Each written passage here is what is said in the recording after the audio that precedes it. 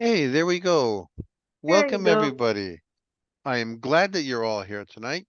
We were asked to talk about how to get rid of nerves and things of that nature when you're getting ready to speak. What we consider to be that oh no moment.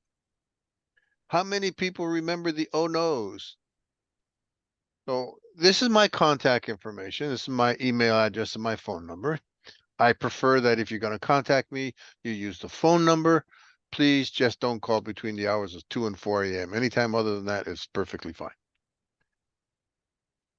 So how many people remember the oh no? Do you remember Mr. Bill? Oh no, Mr. Bill. Oh my God. They picked on me. What do I do? I can't think of an answer right now. How many people have gone through that? When you get up there, your neck starts tightening up and you're losing your voice because you're afraid to talk about something. Anyone get that kind of feeling? All right. Uh-huh. All right.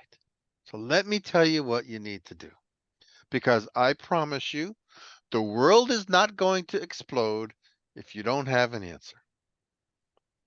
Relax. Breathe. Don't panic. Let's do this as an exercise. Everybody, take a deep breath. Deep breath and let it out. One more time. A deep breath and let it out. And when you did that, do you now feel physically more relaxed? Anybody? I feel sleepy. One more time and May's eyes are going to be closed. Aren't they already? So when you're going through this kind of stuff, when you do the breathing, right? So in the point where you have this oh no moment, it's like a flight or fright type of syndrome and things are bunching up and you're nervous and breathe. What happens when you're doing that flight or fight, it's all about the breath. What the inside your brain, the your the oxygen is not there because you're stressed or whatever you're feeling. Breathe. Take that deep breath and let it out. Take that deep breath and let it out. Your frontal lobe cannot think properly when it's in the flight or fright situation, right? So if you're nervous, use some pauses, maybe a deeper breath. The lack of breath is going to cause your brain to shut down. So take a breath. The world is not going to end. You don't need to worry about the audience's reaction. All the audience wants is for you to perform well. You get up there in front of that lectern, even before you start talking, take that breath, let it out, and then begin. Now, you should always go with your instincts. Now, if you get called on during table topics and, oh my God, there it is, what am I going to do? Help! Go with your first instinct, the very first thought that you can think of. Now, how many people have ever taken a test? Anybody? You take a test, even though you don't know the answer, but you guess? Anyone do that? Yes. Okay. So I heard at least one yes. When you guessed and you went out there and you decided that you wanted to change your mind and you picked something else. And then when you got the test back, you find out that the answer you picked was wrong and your first thought was the right one. Well, that same thought process applies right here when someone's asking you a question off the top of your head. You have to give some sort of an answer, especially in table topics. Just go with what your gut tells you. It has an answer. Use the first thing that comes to your mind. Start talking about it. Sooner or later, as you're doing it, that little tiny idea that popped into your head, whoop, there it is. Now you have a big answer.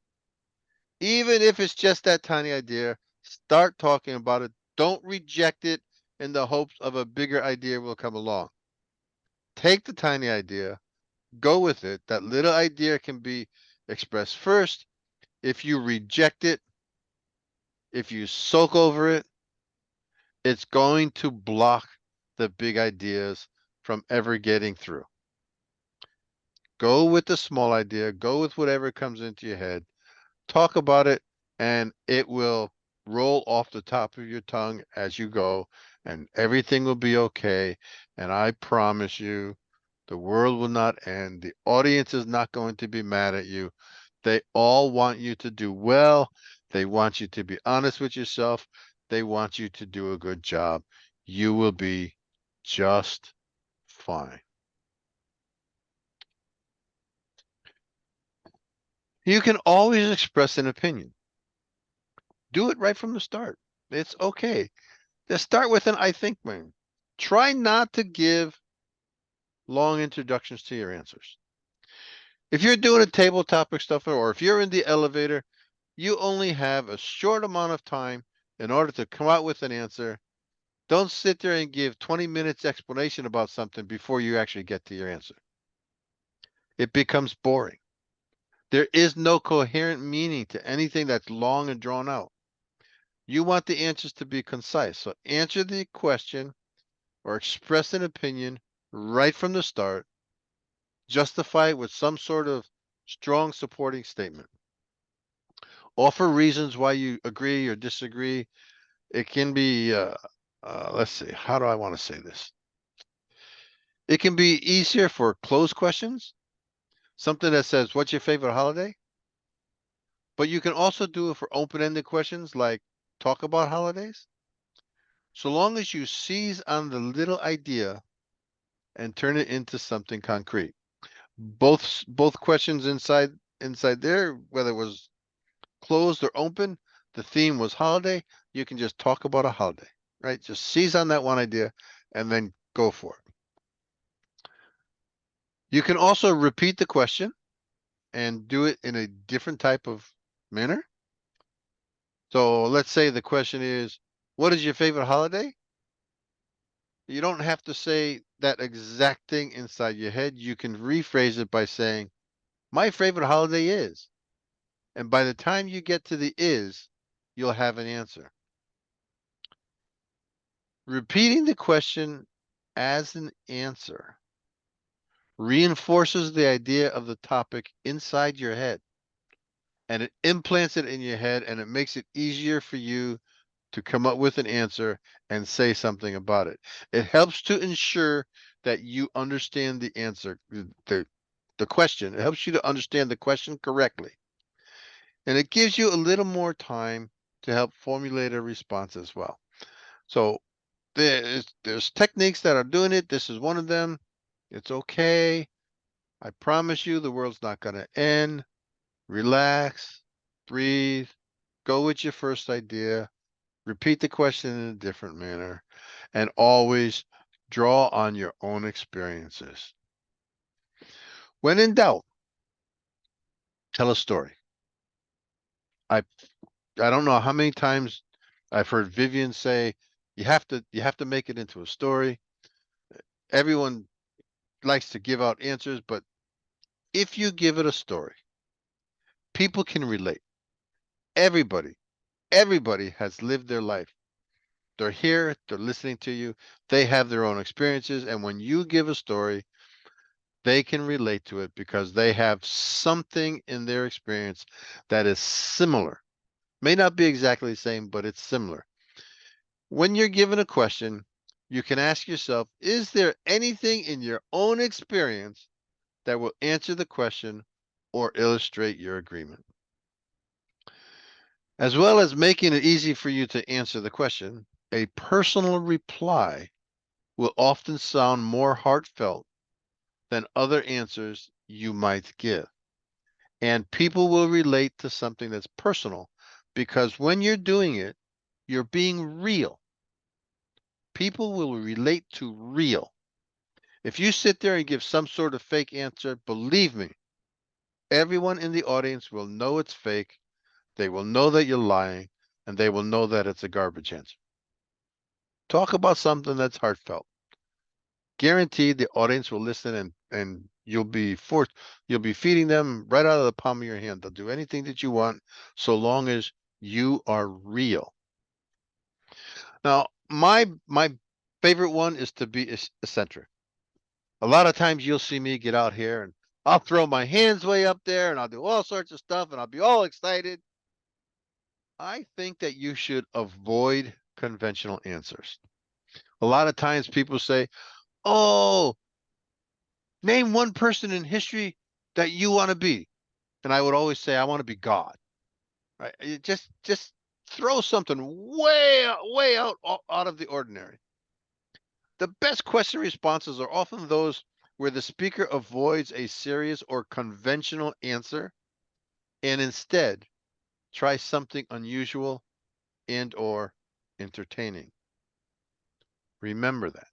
Try something unusual or entertaining. For example, you can deliver a speech in character. You can become the character that you're talking about. Or you can deliver an unexpected contrarian argument to what was being presented. By doing this, you can grab the audience's attention.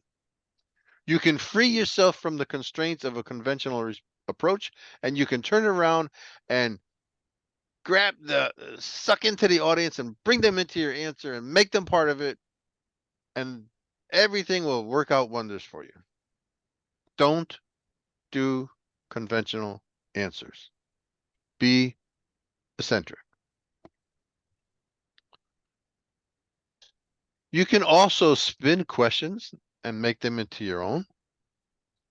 What's the history of a fork? Well, I don't know about the fork, but I can tell you the history about chopsticks. So the thought process is going to be the same. You're talking about some sort of utensil, but you're talking about one that you know about. Again, this goes back to being real. So if you know the history of the chopsticks instead of the fork, then you can talk about chopsticks, right? So you can spin it around. If you don't know the answer for the question asked, switch it up. I promise you it'll be okay. You can make the question your own by responding to a similar question that you do have some sort of knowledge on. Feel free to respond in the way that makes sense for you. So every time we get out there, we have these questions. I don't care what it is. Even in personal situations, you could be sitting down at a lunch table somewhere and somebody will ask you a question. There's always that catch-all from Mr. Rudyard Kipling. He's got these 6 honest serving men. Who, what, where, when, how, why. We always called them the W's, the W family when we were kids in school. But if you keep these things inside your head, you keep these questions inside your head, you will always be able to talk about something. By actively looking for the answers to these type of questions, you can give an answer to any question that was presented to you. We can give ourselves both material and framework to put together a well-structured speech of 1 to 2 minutes or however long it takes, simply by answering these questions. And if you're trying to prepare a speech, like if you're going through the details of writing a speech in 5 minutes, if you answer these questions, you've got your speech written. It's that simple. It's nothing difficult. It's very easy to go with. So at this point, I'm going to go ahead and stop sharing, and I'm going to open up the floor to questions. Anybody have any questions? Because I went through a lot of stuff fairly quickly. Jim, could you go back to the last slide? I just wanted to write down those 6 points I was on number 4. Is that okay? You don't have to write it down. I will drop a copy of the slides in the chat room for you. Got it. Thank you. Are you on a phone or are you on the computer? I'm on a computer. Okay, let me drop it into the chat room and then you can get a copy of the slides and you can look at them at your leisure and go back and forth with them anytime you want. Appreciate it. Certainly. Anybody else need the slides? Let me put this on everybody. All right, put it on everybody. Go to my computer. Thanks, Jim. Toastmasters. Training. The oh no moment. In the chat room. There you go. They're loading up in the chat room. So you don't have to memorize anything. Just take a copy of the slides, put them on your computer. You can change them up. If you're going to give the lecture to someone, feel free to change it. Change the contact information. Do whatever you need with them. Hey, Jim, I got a Carte question. blanche. Yes, sir. Is there a way to be quicker on your feet when you're giving it, as far as thinking and coming up with an answer? I mean, I know you said talk about the first thing that comes to your mind, but kind of hard. A lot of times, if I do that, I'm not going to have a long speech or a lot to say. You go with that last slide. Who, what, where, when, how, why. Pick one of those. If I ask you a question about what your favorite holiday was, right? Pick one of those. Who, what, where, when, how, why. Pick a who. Tell me about a who. What would but a who is not the answer Sure, to sure it what is. a My holiday favorite is. my favorite holiday was Christmas when my grandmother did. It's easy. Yes, Vivian, I see your hand is raised. You want to be radical. You want to be a maverick. When Jim asks you, what's your favorite holiday? Ash, go for real and say, don't get me started. Don't talk about holidays. See, people are going to start laughing because everyone can relate. The whole point I'm supporting Jim here is, can we all stop acting like fifth graders with class recitation, wanting to have a grade of 100? Why are we reciting? Why don't we just talk to people? That makes it easy. Whoever's asking you anything, just think they're your favorite neighbor. Just change your mindset. Like Jim knows this. Three things: mindset, mindset, mindset. It's not the principal, it's not the teacher. You don't need to give the right answer. You can give a horribly wrong answer, and then you love this. End it with, that's my answer, and then stick into it. Then you laugh. Just enjoy yourself. Gee, enjoy yourself. Thank you, Viv. Hey Jim, I have a question. Yes, ma'am. So, usually when I know the person, I'm very free to talk anything. But when I talk to the persons like when hire my manager or hire end people, I get a fear of asking the question or answering to them, as like fear of talking correctly or not. So how do I handle that? All right. So let me ask you a question. Do you wear pants? Yes, All right.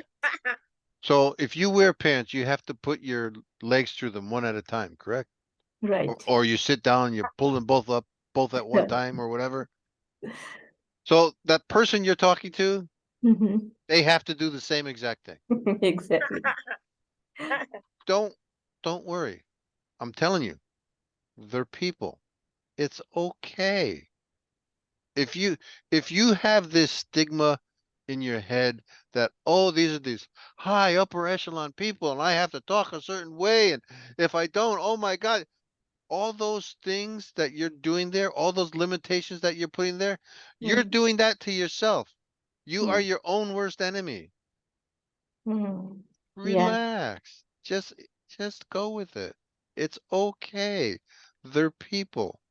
It's okay. Y- yeah. Yes, Nadine. All right, I just want to share a story. So I used to have a boss that every time I talked to, I would basically start shivering and really be nervous of her, like just because she has this aura of like wanting to eat you alive. Anyways, I figured out that if I just kind of like try to like look at her and like, oh, she has brown hair, and just kind of like count things that I see, my emotional brain switches to logic, and I'm able to like actually become more like myself instead of feeling fear. So that was something I tried to do, and just because she was just intense. I would try to be like, oh, she has like a blue sweater on today, or what is on her desk? Oh, this pen looks like it's been, I don't know. It sounds weird and kind of, but that was my tactic to get out of it, Hey, like the if it emotional part. if it works, it works. So I don't know, Nadine. I don't think I've ever met you in person, Nadine. Oh no, I did. We did at the restaurant. Lie. Yeah, we Yes. did at the We took a restaurant. picture together. Yeah, yeah, we did at the restaurant. But before that, I don't think so. But I have a tendency. I'm a big person, right? I stand 6 feet tall. I'm almost 300 pounds. If I'm wearing a suit, I look like a freaking gorilla in a suit, right? If you see me for the very first time and you see these tattoos, you're thinking, "Oh my God, this guy's been to prison. He's gonna break my head." And so I'm an intimidating figure if I walk in the very first time. Now you can imagine what my ex-wife was thinking. She's 4'8" when we first met. She's 4'8". She sees this big hulk of a guy just standing there. I mean, if she stands in front of me and anyone's looking from behind, nobody can see her. So it's an intimidating figure. So I understand when you think about your boss and how intimidating it is. And people who see me for the very first time will always think, "Oh my God, this guy's so bad." But then you get someone like May who comes along and says, "Oh, Jim's just a teddy bear." If you ever saw May and I stand together, you you you would like, because May is like my ex-wife. I mean, she's short, right? So when she Yeah. comes, she like comes up to here on me. Yes, I'm Oh, short, it's Jim. it's like a Mutt and Jeff cartoon.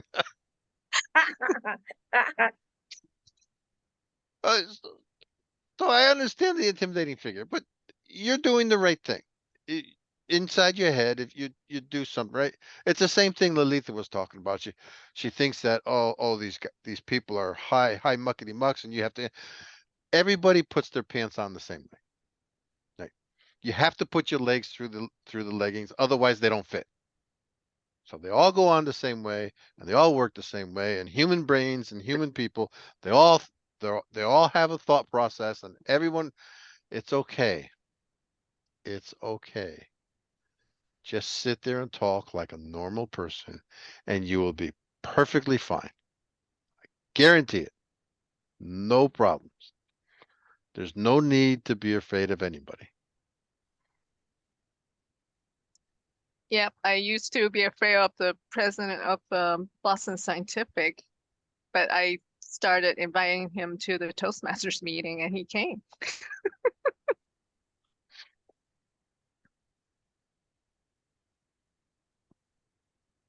So, anyone else have any other questions? Les, sir, you want to talk about your experiences? My experiences are it's I get that type of fear mostly with crowds, with addressing large groups of people. Huh? Usually I'm pretty good with one-on-one, but you know, talking to a large group of people, that's where I start to feel the panic and all of that stuff Why? that you were talking about. It. Why? I start to hone in on people's reactions Okay. as I'm speaking. Okay. So here's a trick for you. Mm.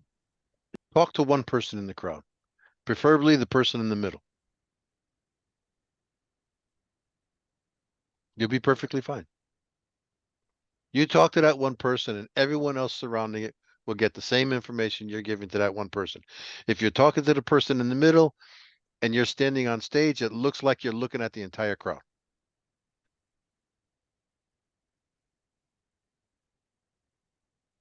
Yes, Vivian.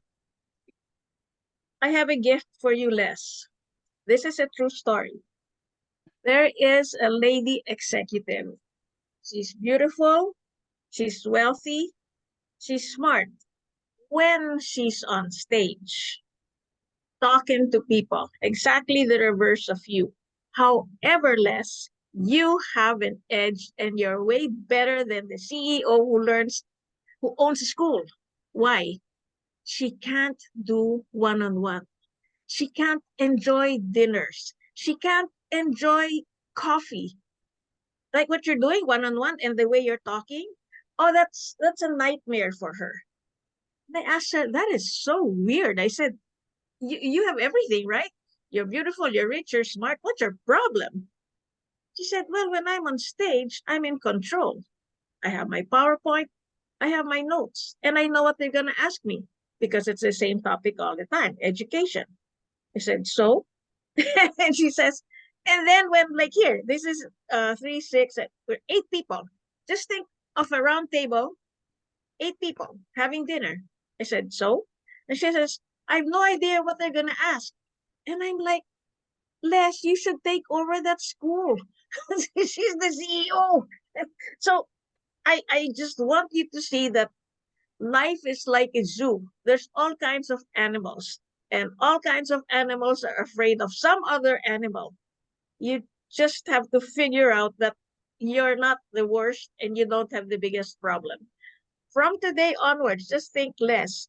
Less thinks better and has better conversations than a CEO who's beautiful, who's bright, and owns a school. I repeat, owns a school. Less. Guess who's the better person to be with? Let's invite Les and not invite her. So there, she's boring. True. She's boring. She only talks about school. She can't have this conversation. And I think we should give Les a big hug because he asked the first question and he asked Jim directly. Les, to be the first person to ask anything, give me a break. I think Les is a CEO. He's just pretending. Come on, Les, tell us. Good job, man. Good job. Believe me. Thank you. Thank you, Vivian. Appreciate You're that. most welcome. Yeah. Here's my heart. There, see? There you go. All the way from the Philippines. And from a 71-year-old, right? So that's, I am someone twice your age. All right. Are there any other questions? Question, Jim. Yes, ma'am. I'd like everybody to ask themselves, whenever they're fearful, the question is, am I afraid of the moment or am I afraid of a memory of the past, which reminds me of the moment? Think about this. When we're fearful, we're afraid of a memory of. Someone actually asked me, you know, I get nervous when I'm with you, Vivian. I'm like, why? I'm so wacky. And then the person said, because you're so direct.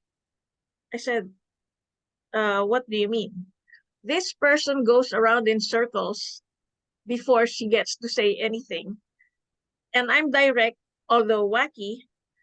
Her thought process was her teacher who was so direct. She was still in 3rd grade. So just think, when Lalitha's afraid, who does that person remind you of? Someone actually asked me, you remind me of my aunt who used to terrorize me. Someone also told me, you remind me of my girlfriend who broke up with me unceremoniously. It's always a memory of the past. How about you? Let's ask everybody, what's a memory of the past that makes you scared at the moment? Like Lalitha, when you're with the boss, what were you afraid of? I'm afraid that afraid of myself. Exactly. So, do I ask the proper question or do I answer the proper answer? Thank you, Lalitha. I love you. You're not afraid of the boss. You're afraid of yourself judging Exactly. you. Exactly. That is true. That's what I'm not confident within me. Oh, it's not the boss. Oh, Lalitha, here. Here's my gift for you. Look at the screen. Now, if Can I you know see the it? person, if I know the person for longer time, then I don't feel even he is a big boss or no, I don't feel a fear of asking. Then I don't understand what is causing that. Especially like Les is tell like in group when you ask the question, like I get a fear and my like ears will be like heated up before asking anything. So is a fear of asking in public or like fear of talking in public. Hmm. I feel like I'm not confidence within me, like whatever I'm going to talk. Well, Alita, sometimes the gut is like the second brain. That's Mm, what I've heard. mm, And so if you eat like certain foods, mhm, it gives you, like a stronger gut. So that will help bring up the confidence. mm. Oh, That's what I heard. is that the case? No wonder I am. No wonder I am the way I am. Jim's so confident. Yeah, what are you eating, Jim? Yeah, I eat everything. I eat stuff that'll make a Billy go puke. What are those Oh, foods, May? Huh? I'm sorry. So what are those foods? Some I Example. think I've heard of like cabbage, which is good for the gut, and I don't know a lot of them, but you know because sometimes you eat something that would cause you to go to the bathroom and things like that, and so you don't feel that well, and so it kind of affects your emotions too. Do you know why cabbage is good, Ash? No. Because it gives you gas. Oh, You, I you, was about you to say. start I, you I, start you start farting everywhere. You don't care what it smells like. Then you don't have to fear Lalita. He I, has to fear you. yeah, I think it distracts you because you're in so much pain that you don't think care about anything else anymore. I, Oh, okay. I have a gift, Lalita. You want to hear a gift? Here, Mhm. look at the picture on screen. You see that? I'm in broadcast. The biggest fear of a broadcaster is farting on air. I kid you not. It has happened. It has happened where the person's all confident talking about the news and you hear this sound. So don't eat beans. That is just the cardinal rule. Don't eat beans before any meeting, before any date. Oh my God. Let's just think you got a hot date and you fart. Like, or don't order beans. I mean, no, don't. Ah, for Lalita, what's your favorite food, Lalita? beans.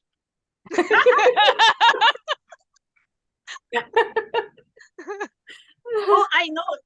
Lalita, don't eat lentils, okay? Just don't. Okay. That's a bad idea. Come on, what's your favorite food? Like, if you could spoil yourself, what would you eat? Chocolates, candy, what would it be? The chocolates. Good. Yeah. Bring some chocolates, treat yourself before the event. Just make Uh-huh. sure you drink water because for public speakers, chocolate is actually a no-no because it stays stuck in your throat. But if you can just take a small bite and reward yourself before you have to talk, you feel good already, right? So if Les asks you a question and Les is your boss, you can just kind of smile to yourself and say, haha, I had some chocolate and you didn't. You just, talk to yourself with things like that. Just be Yeah, naughty. yeah, Vivian, off the subject, since you're in broadcasting, how do you prepare yourself? Yeah. Yes, that's not, I Okay. mean, if you can, I don't want to get off the subject in here, but real quick, Okay. as far as what you eat and all that stuff. Okay. You see this? Can you see me? You see Yes. that? Yes. I'll give you the true answer. I never prepare and I don't prepare because life is not a prepared speech. You have heard me say that over and over again. Can you imagine? Now, I like to pick on Les because Les is good with one-on-one. So can you imagine if a girl asks you like, why should I go out with you again? I mean, you're nice, but where's this going? And then Les says, let me tell you three things. Don't do that. Just don't. The thing to do is to ask her, look her in the eye, give her your charming smile, and say, why'd you ask me that? So ask that question prepared. okay? I do not know, and I'm very anti why people say the trick to being a great public speaker is to prepare, prepare, prepare. That is not true in the real world, okay? I'm an international keynote speaker. Because when you're in a convention and they give Q&A, you're ready for the Q&A. But when somebody gives an opinion and then asks you to react to their opinion, don't give a researched answer. They're going to hate you. You give an opinion. Think about that. Life is all about opinions, insights. But let me ask you, what's your favorite color, Ash? If you had to go to an event and you were the speaker, what color shirt would you wear? White, I guess. Color white. Why white? I mean, I gain, me personally, I gain 30 pounds when I wear white on cam. Maybe on you it looks good, but teach me, why white? It's just like the color, no particular reason. I don't know. There you go. You notice you were not prepared.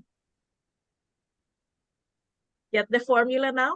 Just think of a question as a part of a conversation. And I think Les would be a great mentor for Ash. Because when you're doing one-on-one, let's share with us. One-on-one it's not about Q&A exams. Here, we're all asking each other questions. When you say prepared, I'm giving you broadcast answers here. You are in 5th grade class recitation, and your 3 things, and Jim knows I said this in a district meeting last weekend. Your 3 things when you prepare and you have a prepared answer. 1 is your boring. 2 is your most boring, and 3 is your boring. Don't do that because they probably know what you're saying anyway. Just like you said. I said, why white? You said, I just like white. Okay, I honor that. So white's his favorite color. Reaction And from all of you. and Vivian says, don't say 3 things, but she gave you 3 things. Right. There you go. Boring, very boring, and boring. There. That's a trick you want to use. Because to say, let me tell you 3 things, I tell people, 1 is that's bad manners. 2 is who do you think you are? 3 is don't lecture me. You can say 3 things. You can deliver 3 things. Jim and Hal have figured that out. I will always tell you 3 things, but I will never tell you that I'm going to tell you 3 things. Because it's simple. Who do you think you are to tell me 3 things? It's a bad opening. Again. So Les, where's this going? Why should I go out with you again? Let me tell you 3 things. I am the best guy for you. 2, I have a stable job. 3 is no one's ever courted you. So in summary, those are the 3 things that are the reasons why you should go out with me and me alone. That's horrible. Just turn it around. Give a charming smile. Say, why'd you ask me that? Turn it around. So Ash, how do you like that? You prepare? I'll tell you. Put So I on guess your mic. it's okay to eat beans before that. Sorry. In conclusion, it's okay to eat beans. Beans and coleslaw. This is funny because there's a true situation. If indeed, in truth, and in fact, you fart in an elevator, the classic punchline over here where I am is to look very angry and say this very loud. Oh my God, how rude. Who did that? See, that's the way it is. That's how it is in conversations. I mean, you just, as Jim said, turn the question around. Like, ask you about chopsticks. You ask, why are you asking me about chopsticks? Nothing in my house can be eaten with chopsticks. Maybe with your hands if it's a sandwich, maybe with a fork and knife, or maybe if a spoon if it's beans and soup. Right? So you still answered the question, but you had no idea what to do with chopsticks. What do you think, Ash? Okay. So did I answer that life is not about having the right answers? Yeah, sure. I get, of course, yeah. I get But Yeah. a lot of people, when they're first learning how to do public speaking, they always talk about they have this fear and this lack of confidence. And I don't know if you were listening to Vivian, but she gave you a secret on how to practice. So when you're talking to a person, look them in the eye. Talk to them while you're looking them in the eye. And I guarantee you, it will build your own self-confidence. Guaranteed. 100% of the time.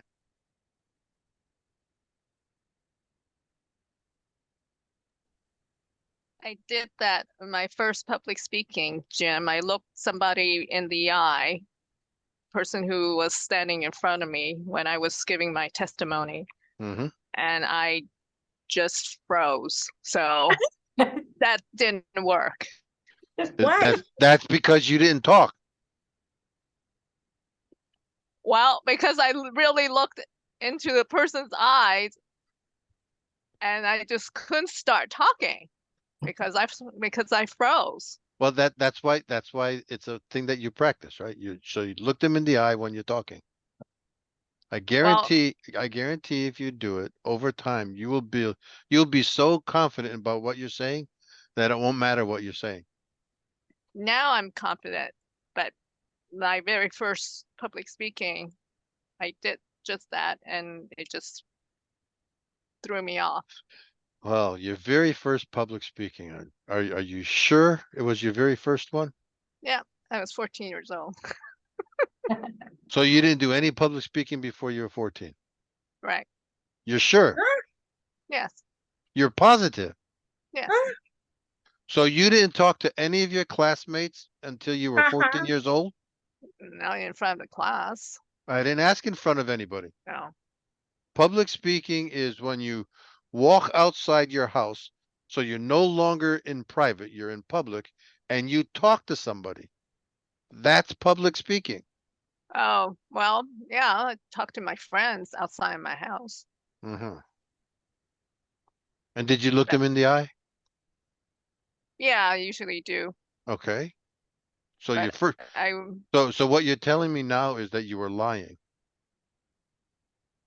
well, I didn't consider that as my public speaking. It wasn't like I'm going to announce that I ate That burritos. No, to me, that's public speaking. well, Not like, if you ate the beans and the burritos, you wouldn't have to announce anything. They would know.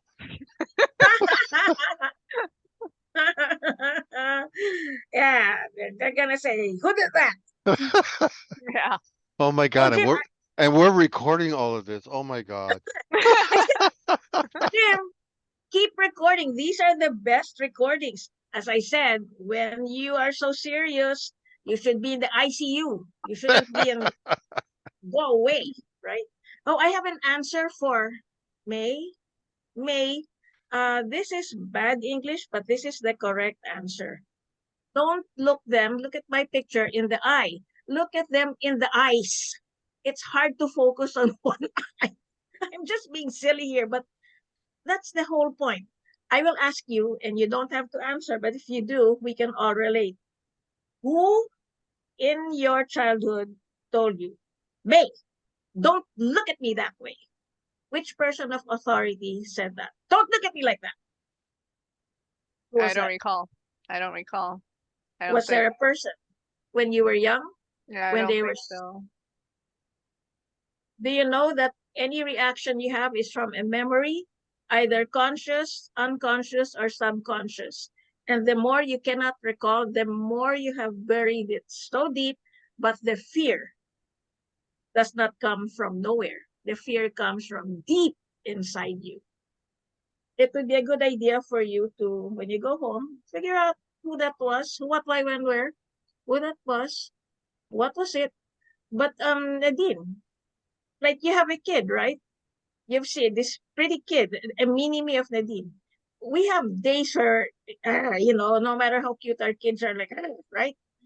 And I've been guilty of this, like, don't talk to mommy, I'm busy.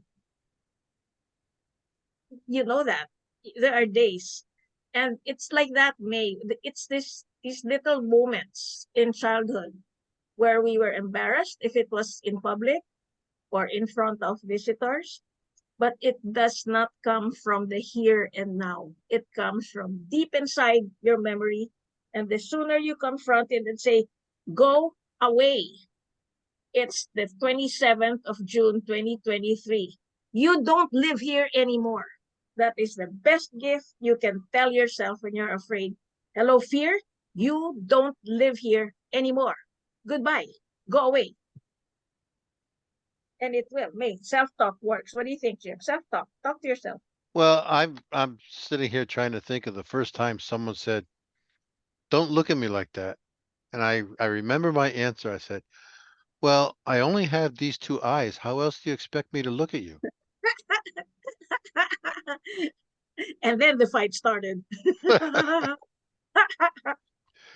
And when my kids would do something and they would get that pouty look on their face and stuff like, I would tell them, "Don't look at me with that tone of voice." When you say something like that, that the two don't make sense, right? Because eyes don't talk. There's no vocal cords, right? So, and then all of a sudden they back up like, "What? What did you just say?" Oh, Jim, Actually, May, go, May. sorry. Actually, Go. Jim, I do talk because one time I meant physically talk. I know because one time I went to my friend's house and her little girl kept on talking and I would tell her, well, can you not talk for a little while so that your mom and I can talk? And then later on the day we went to dinner and when she was like making noise and something, I just like looked at her and she started crying. So, so I do talk.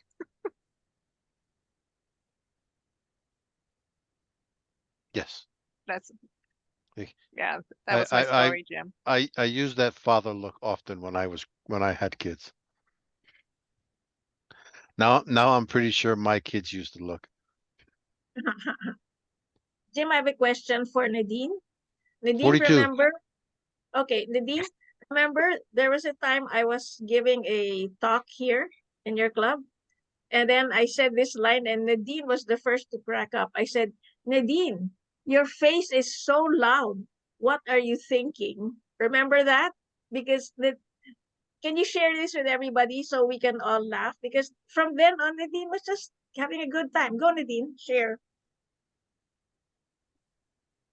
Mike. I think you were just saying that I don't even have to answer because you can read my like expressions because I'm like I can't hide things. I'm just like, you know.